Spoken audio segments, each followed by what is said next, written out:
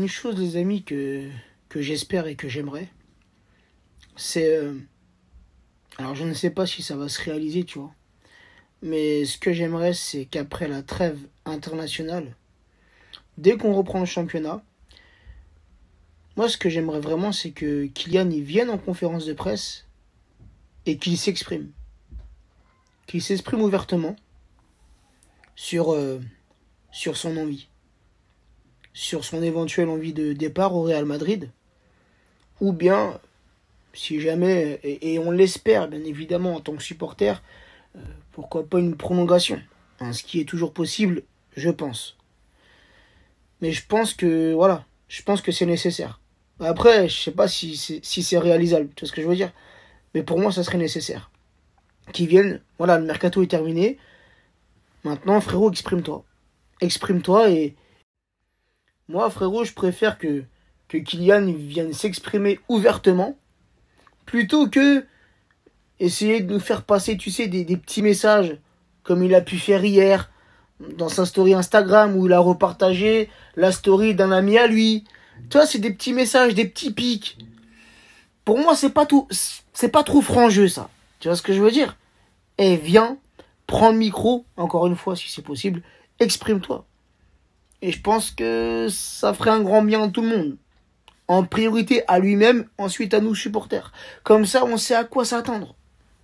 On sait ou pas si une prolongation est envisageable ou pas.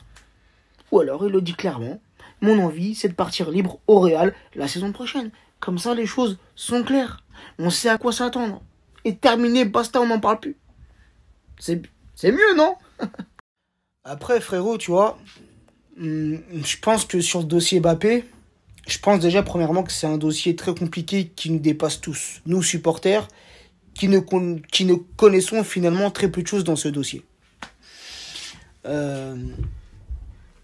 Mais tu vois, je pense que les deux parties, que ça soit le clan de Kylian, et je pense aussi que le Paris Saint-Germain, je pense que tout le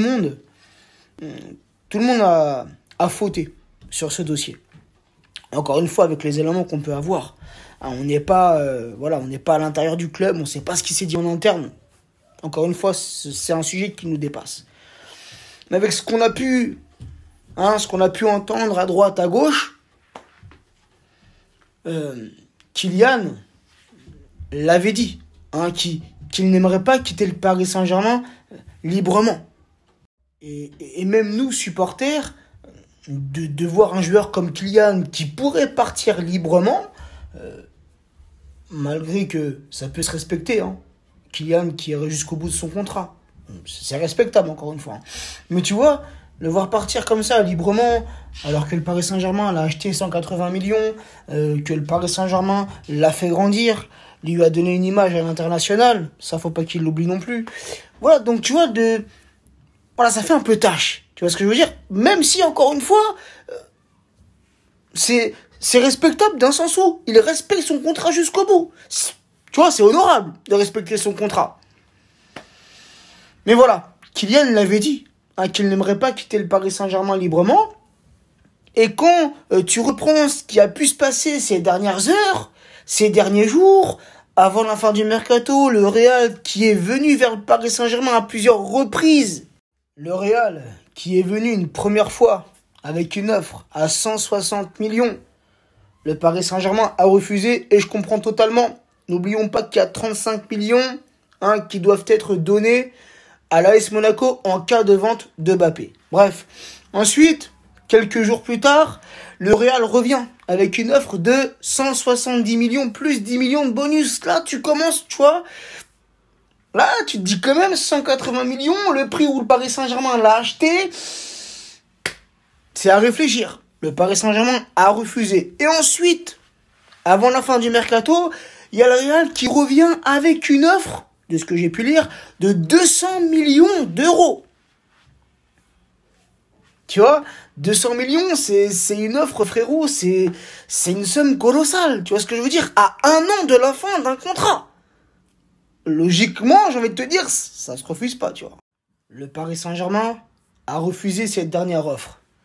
Après, je peux aussi comprendre, je me mets aussi à la place du club. Si tu vends Mbappé à 200 millions, à quelques heures de la fin du mercato, tu te penches vers qui? Tu vois, je dis pas, le Real, il serait venu en début de mercato. Il met la somme de 200 millions d'euros. Le Paris Saint-Germain peut vendre et peut se pencher sur un autre joueur pour pallier le départ de Mbappé. Ça aussi, il faut le prendre en compte. Tu vois, le Real, ils sont malins. Ils viennent à une semaine de la fin du mercato, tu vois. Et en plus, ils te donnent un ultimatum. Donc, je peux aussi comprendre le Paris Saint-Germain, tu vois. Mais voilà, tu vois, donc, vraiment, si Kylian, il part librement, ça me ferait chier. Mais je respecterai son choix. Dans le sens où le Paris Saint-Germain avait reçu des offres que le Paris Saint-Germain a refusé. Et encore une fois, le refus peut se comprendre sur le timing, tu vois. Mais aussi, tu peux te mettre aussi à la place de l'émir. Donc, comme je le disais, les amis, tu peux aussi te mettre à la place de l'émir. Hein, c'est lui qui a le dernier mot. C'est son club. C'est lui le propriétaire. Donc, tu peux te mettre à la place de l'émir. Tu peux te mettre à la place aussi de Nasser, qui est le président, de Léo, qui est le directeur sportif, de Pochettino, qui est l'entraîneur. On peut se mettre à leur place et puis se dire, bah, de toute façon, on veut que Kylian reste un an. Il restera un an. Il respectera son contrat. Mais on va former ce trio magique, Mbappé, Neymar, Messi. Même si c'est un an, ce trio magique, on ne va pas nous l'enlever cette saison. Peut-être que les murs, t'as vu, ils se sont dit ça, frérot, tu vois. Ça peut aussi se comprendre. Et si les choses auraient été si simples, les amis, le Paris Saint-Germain aurait accepté l'offre du Real, Mbappé au Real, et le Paris Saint-Germain achète un autre attaquant. Ça, frérot, j'ai envie de te dire, ça aurait été la simplicité. Mais malheureusement, c'est pas comme ça. C'est pas comme ça. Et encore une fois, ce dossier, cette histoire, c'est une chose qui nous dépasse totalement. Nous, on regarde ça, on vit ça, tu vois, avec le côté supporter. Donc voilà, en tout cas, t'as vu, c'était mon petit point de vue. Et heureusement qu'on a tous un avis différent. Mais moi, j'ai pas envie d'être mis dans un camp ou dans l'autre. Parce que là, frérot, sur les réseaux, t'as le camp pro-Mbappé, t'as le camp anti-Mbappé. Et j'ai l'impression qu'il y a des gens qui veulent te forcer à choisir un camp. Soit t'es pro, soit t'es anti-Mbappé. Laissez-moi tranquille.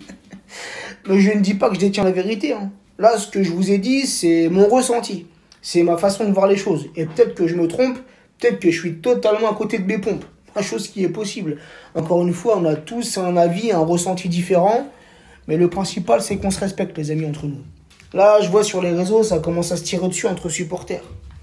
On doit être unis.